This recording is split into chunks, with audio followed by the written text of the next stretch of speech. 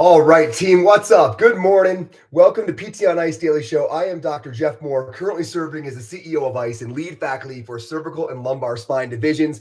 Thrilled to be with you here on a Leadership Thursday. It is CrossFit Open announcement day. So for everybody, there's no gut check Thursday. It is 22.2. So congrats to everybody who finished 22.1. Hoping for a good shake of the dice. See what comes out of the hopper here at 1 p.m. my time, 3 p.m. Eastern.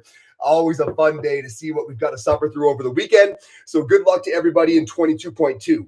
As far as courses coming up this weekend, we've got older adult in Atlanta. We've got cervical spine in Bismarck. And then next weekend, we've got Fitness Athlete Live in Candler, North Carolina.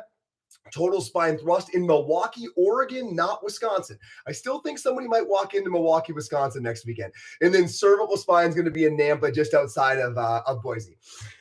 Team, it's wonderful to be here. I'm excited for this topic. I hope it hits. It's a big ask, but I think it's an important ask, and it comes up enough that I certainly know it's worth doing an episode on. So the discussion today is: want true success, stop making goals. I bring this up because whenever I'm invited on podcasts or talking with companies, I'm asked all the time, what are your goals, right? And you can tell the nature of that question is always towards financial growth, right? Expansion, those kind of things. If I had $1 for every time we've been asked that about ICE, like what's the goal for next year? How many courses? Yada, yada, yada. To be clear, we're talking finances, right? We're not talking about personal goals, fitness goals, things that we're talking about financial growth goals, be that business or personal, but we're talking about finances here. To be very clear, team, we have no goals. And I know that's going to be hard to understand, but that's always my answer on these things. And I want to get that point across. We have no goals. We never really talk about financial goals. And by really talk, I mean we never talk about financial goals. So at ICE, Alan and I get financial reports, very detailed financial reports every month. And never once, and I mean never once, in our history, when he and I review that report every month, never once have we talked about financial goals. Like, in light of this data, going forward, we should try to hit blank. We've never had that conversation. Now, don't mishear me. We use the data, right? We look at relative comparisons, like this year compared to last year, or what seems to be hitting. But what you never hear, either when Alan and I are talking or when Alan updates the entire staff, which he does every month, what you never hear him say is, team, next month we're shooting for blank. Next year we're shooting for blank. You never hear that stuff. You just hear, here's how this went. Here's how this compared to previous months. Here's what seems to be working, where folks are engaging. We certainly talk about that stuff, but we literally never talk about future financial goals. Now, the question is why? And the answer to that is because financial goals are toxic. Financial goals are toxic. They are the ultimate distraction from perfect action. There could be no possible competition for the level of toxicity that financial goals lay on top of attempt at perfect action. Financial goals are toxic. To illustrate this, it's always easiest with the extremes, right? So to illustrate this reality, take an extreme example where, and this happens all the time, where companies take on financial investors, right? So maybe they're an upstart company and they've convinced some folks who've got some liquid capital to invest in them, et cetera. And that's going to kind of help them get them off the ground, et cetera. Does that company that took on all these financial investors, does that company get to act on principle? When really hard decisions come up, does that company get to use those hard decisions as a tremendous opportunity to exclusively reinforce their principles? Of course not. Of course not. Because while they're trying to make the decision on what to do, what are they thinking in the back of their mind? They're thinking, okay, we can do a few things here, but we owe blank, right? Those financial investors at the end of the quarter need to see this kind of return. Right. So that has to drive some of our decision making. We can't act purely on principle because we have to be considering this financial goal that we must hit. Now, leadership making financial goals is simply a little bit less pressurized version of that. Right? That's the most obvious guiding one because you might even have a legal contract where you have to hit certain goals. It's spelled out so much more clearly.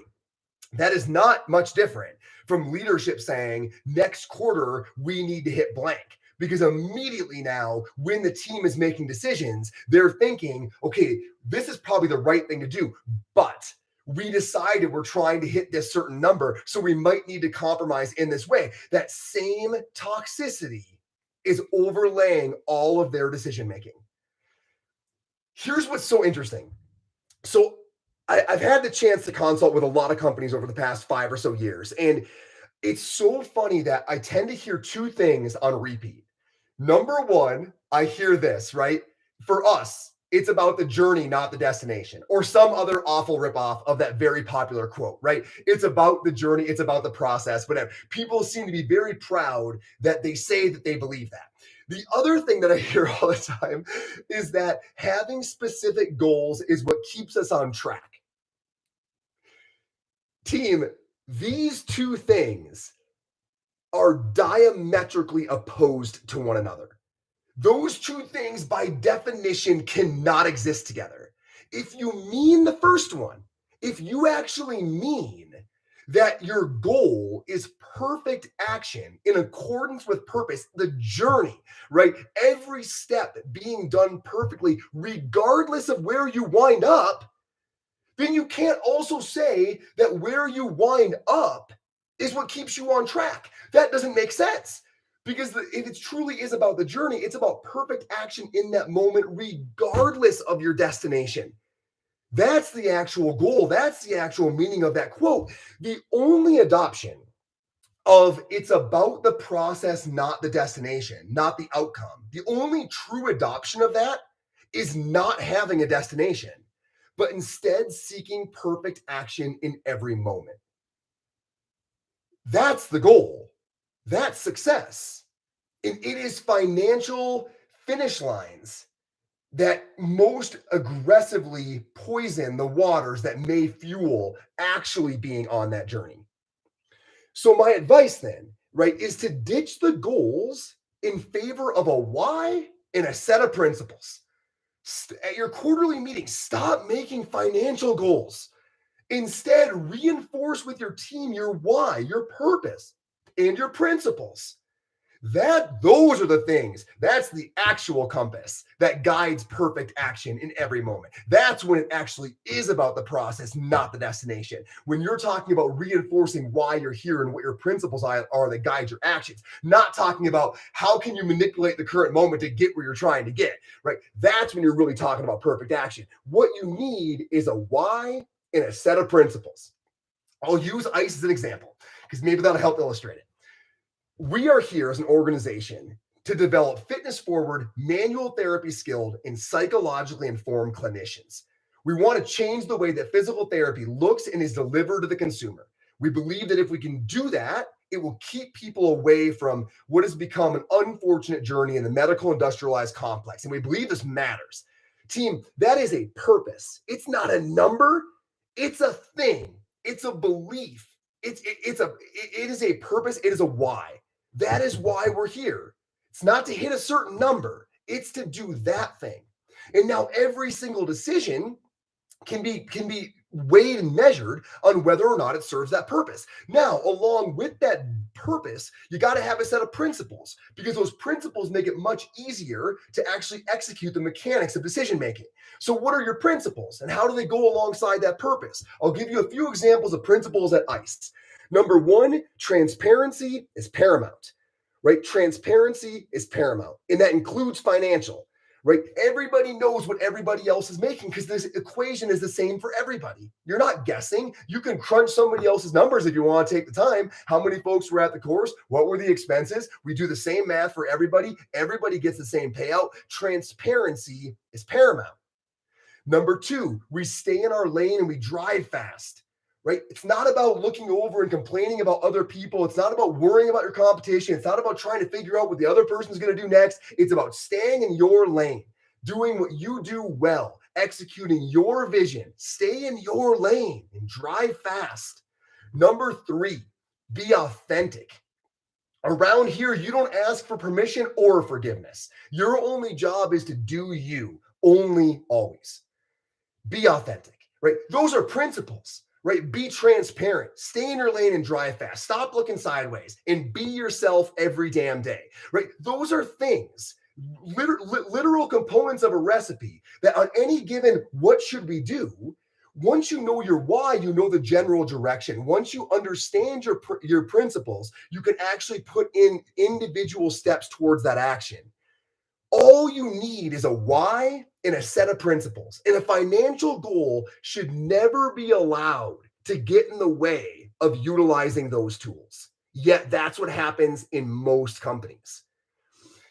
Now, you know what I'm going to say next, and it's true, and it's what makes all of this okay to begin to adopt. It's pretty damn rare if you have an important purpose, if you've identified a legitimate need, your why matters, it's pretty rare that when you execute on it, you don't get some sort of a reasonable financial return, right? Find a need and solve it. If you're doing something meaningful, you're going to get some reasonable financial return. So stop worrying about that part. Number 2, it's pretty rare if you've got a great set of principles and everybody understands them that you don't have a great enduring culture. And that's what makes work rad every day. That's what makes companies stick together. That's what allows you to actually achieve the purpose. And once you achieve the purpose, you tend to get the return. Leaders, this is Leadership Thursday. My gut check to you, in having heard all of this, those of you who are leading people on the daily, are you rewarding people in your company on the regular for acting in ways that are aligned with your principles? Or are you really only rewarding people that are acting in a way that grows your business? Give this some serious thought. Like, when is the last time that you went to somebody and very clearly rewarded them with your time, your praise, your intention, because they did something that was perfectly in line with your principles, did nothing to grow the company, right, towards some damn arbitrary financial deadline, right, but mattered, did something that solidified who you all were and why you all were here. And you went out of your way to say, I saw that. That's a big deal. That's what we're all about. It'll pay off sometime. Don't worry about that. That mattered. How often are you rewarding principle versus how often are you rewarding growth? I'm so sick of hearing bonuses about people seeing X amount of patients or doing. When are you rewarding people acting on principle? That's the question. You know why we don't do it often enough? Because we're driven towards financial goals. Think about it. Happy Thursday. PTOnice.com.